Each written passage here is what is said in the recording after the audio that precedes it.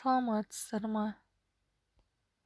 Бүгін сәуір айының 11-і, оқшау сөздер және оның түрлері. Сабақтың мақсаты студенттерді сөйлем ішінен оқшау сөз түрлерін тауып, ажырата білуге үйрету. Теориялық білімді практика жүзінде баяндауға дағдыландыру. Алдымен өтілген тақырып бойынша қайталау сұрақтарына шолу жасайық. Қазақ халқының қандай салт дәстүрлері бар?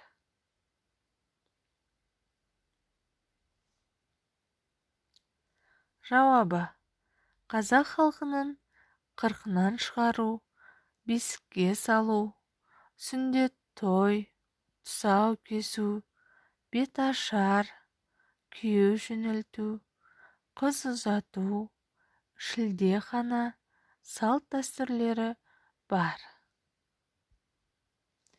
Шілдехана қандай той?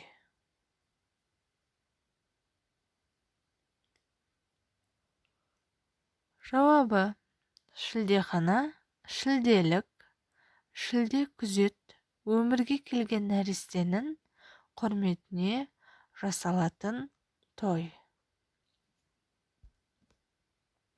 Қуаныш айғағы ретінде жасалатын өте сұлу да салтанатты дәстүр түрі. Жауабы: шашу. Шашу келін түскенде, жақсылық күндерде, алыс сапардан жолаушы келгенде, құда келгенде, тағы басқа зор қуанышты күндерде әйелдер құрт, кәмпиттен, күміс теңгеден шашу шашады. Бата беру дегеніміз не? Жауабы: жастар алыс жолға аттанарда не үй болып шаңырақ көтерерде жасы үлкен ақсақалдардың алдынан өтіп ақ батасын алады.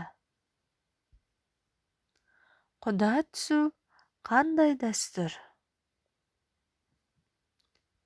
Жауабы: құда түсу ежелден келе жатқан дәстүр. Құда болудың бірнеше жолдары бар. Екі адам достықтары артып, туыс болғысы келсе, балалы болмай жатып, құда болып жатады. Бұндай құдалықтың түрін бел құда деп атайды. Ежелден келе жатқан құдалықтың тағы бір түрі бесік құда. Екі нәрестені бесікте жатқан кезінен айттырып қояды. Қыз бой жеткенде, ол жағы атастырып қойған қызға құда түсіп келеді. Бұл да үлкен тойдың бірі. Қазіргі кезде де осы салт дәстүр ұмыт болмаған. Оқшау сөздер. Оқшау сөздер дегеніміз сөйлемнің құрамында өзге сөздермен байланысқа түспейтін, сондықтан сөйлем мүшесі қызметін атқара алмайтын сөздер мен сөз тіркесі. Оқшау сөздер үшке бөлінеді: қаратпа сөздер, қыстырма сөздер, одағай сөздер. Қаратпа сөздер сөйлеуші тыңдаушының назарын өзіне аудару үшін қаратпа сөздер қолданылады. Сөздерді оқып, қаратпа сөздерді тап. Балам, әрбір жер атауының өзіндік тарихы бар. Қалай балақай, тауға шыққан ұнай ма? Біз саған сенім артамыз бақыт.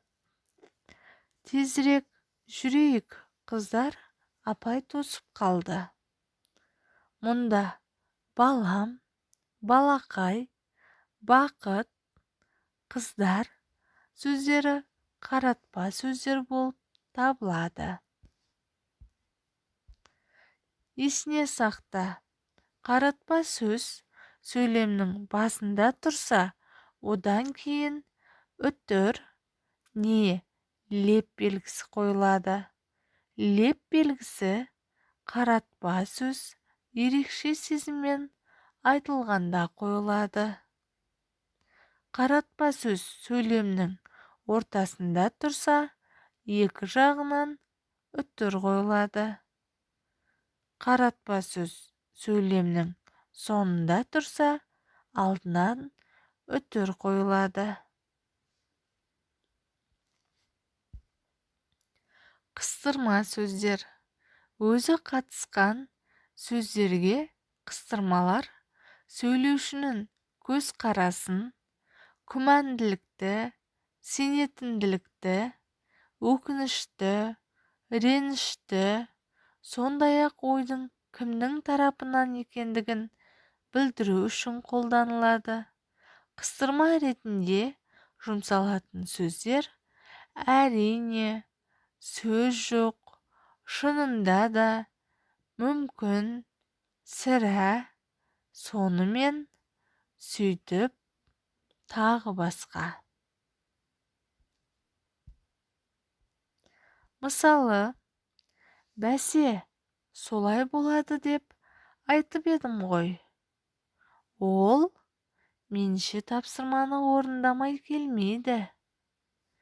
Мен білсем, Қайыржан бүгін келеді. Мұнда бәсе, ол, мен білсем сөздері қыстырма болып табылады. Одағай сөздер, қаратпа, қыстырма сөздер сияқты одағай да сөйлемде сөйлем мүшесі бола алмайды. Одағайлар сөйлеушінің сезімін, көңіл күйін, қуанышын, ренішін, таңдауын, ризалығын білдіруі қажет болғанда қолданылады. Па шіркін, дауысы дауыс-ақ екен.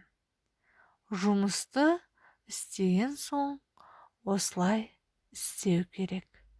Бәрекелді. Мұнда па шіркін, бәрекелді сөздері одағай болып табылады.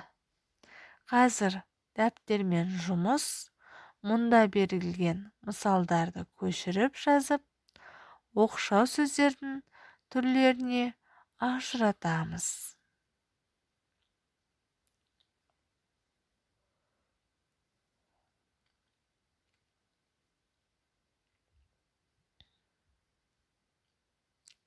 Үй жұмысы, оқшау сөздер және оның түрлерін жаттау. Бүгінгі сабағымызды аяқтай келе, кері байланыс ретінде осында берілген бейнелер бойынша таңдаймыз.